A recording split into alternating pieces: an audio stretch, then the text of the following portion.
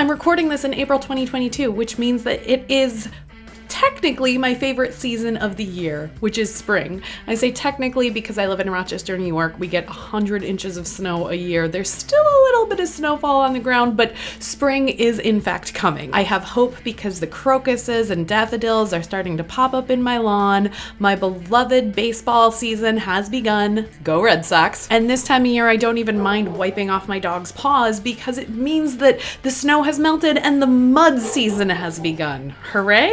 Spring is also a really good time to go through and clean out all your clutter. And even though I'm dying to get into my basement and clear out some of the junk that we have down there from the holidays, I'm also using this as a really good time of year to spring clean my website. So in this video, I'm going to give you 6 tips of things that you can do in those little pockets of time that show up to enjoy the life-changing magic of tidying up your website with spring cleaning.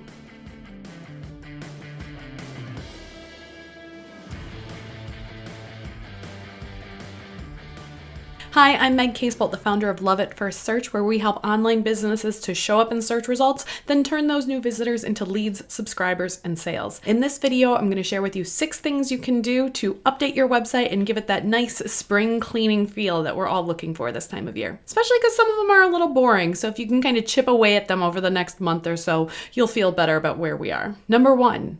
Dust off your welcome mat. Your homepage is probably the place where most people are coming to your website, so you want to make it as welcoming and warm as possible. Let's make sure that your website has a clear idea of who you are, who you work with, how you help them, and that it has the next steps that you want people to take once they arrive there. Make sure to check out my entire video about the SEO of your homepage to get a couple more ideas of how you can give that page a boost this spring. Number 2, make your home more accessible. In much the same way that if you had somebody with limited mobility visiting your house and you would make some amenities to them in order to help them get in the same way, you want to make sure that your website is accessible to everyone. There's a free tool called Wave, which is a web accessibility evaluation tool that you can just put in your website into it, and it will tell you all of the ways that you could make your website easier for people who are using screen readers or need some sort of assistive technology to help them. And these are usually changes that you can make in just a couple hours of updating your website. And bonus, making your website accessible will often also help with SEO. Tip number 3, go boost your website's curb appeal.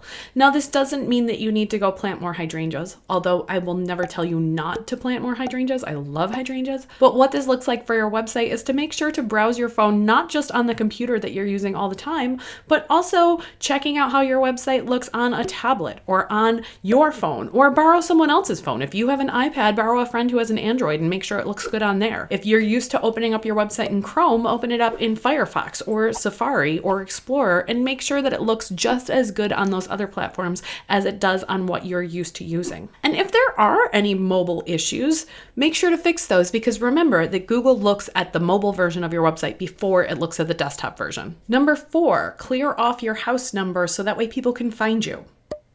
Okay, maybe I'm stretching this metaphor a little bit far. This is maybe also a public service announcement to remind you to make sure that your house numbers are very clear, so that way if something happens, the police department and the fire department can come find you in an emergency. But how this relates to your website is to make sure that your pages are findable. And so in this case, because there's so many different things you can do for your SEO, I want you to just go make sure that every page on your website has a unique SEO title and one H1 tag on every page, not more than one. The easiest way to do this is to use a tool called Screaming Frog SEO Spider. It's a free tool. You do have to download it. It's not a web app, but you can download it for free and you can put in your URL and it will just have a little bar on the side that says, hey, you use this SEO title more than once. So you know exactly what you need to go change. It'll also let you know if your SEO titles are too long or if you have duplicate meta, but let's really just focus here on some little things that you can do, which in this case is unique SEO titles for every page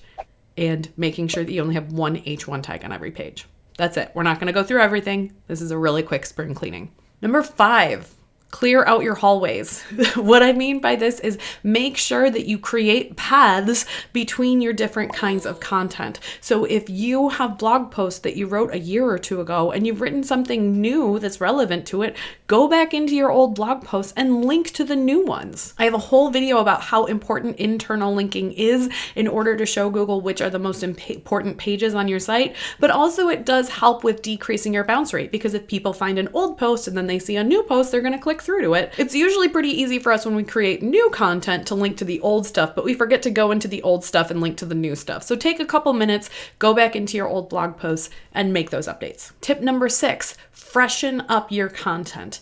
This is a really great time to go update your about page. Go collect some testimonials and update those on your sales pages or your product pages. And make sure also to add a call to action to any page that doesn't have one. Maybe you've created a new lead magnet and you want to go back into those old posts and make sure that they're pointing to the most relevant lead magnet. This is a really good time to give those old pieces on your site a little bit of a freshen up. And I have a bonus tip for you. This is the least sexy of all of them. This is the equivalent of tidying up your basement, but it's also really important. And that is to think about your technical SEO. Spring is a great time to go to a website like deadlinkchecker.com and make sure that you don't have any broken links on your website, because if you have a lot of broken links that Google's noticing send to 404s, it doesn't trust those pages anymore. Side note, don't worry about any social media or Amazon links that don't work. That's just how these dead link checkers are. Doesn't mean that it's actually broken. It just means that that's not something that tool is going to index. Don't worry. And there's also something that can make a huge difference in your SEO and in your site speed that is so boring and repetitive to do, but can really make a difference. And that is to compress your images. There are image compression tools out there that will do this for you if you add a plugin, but those really get like a 10 to 20% image compression. What I really want you to do is follow the process that I outlined in this video. I know it's boring and repetitive, but if you can do this for the top maybe 10% of pages on your site that get traffic, it could make a huge difference in your user experience and your SEO page rank.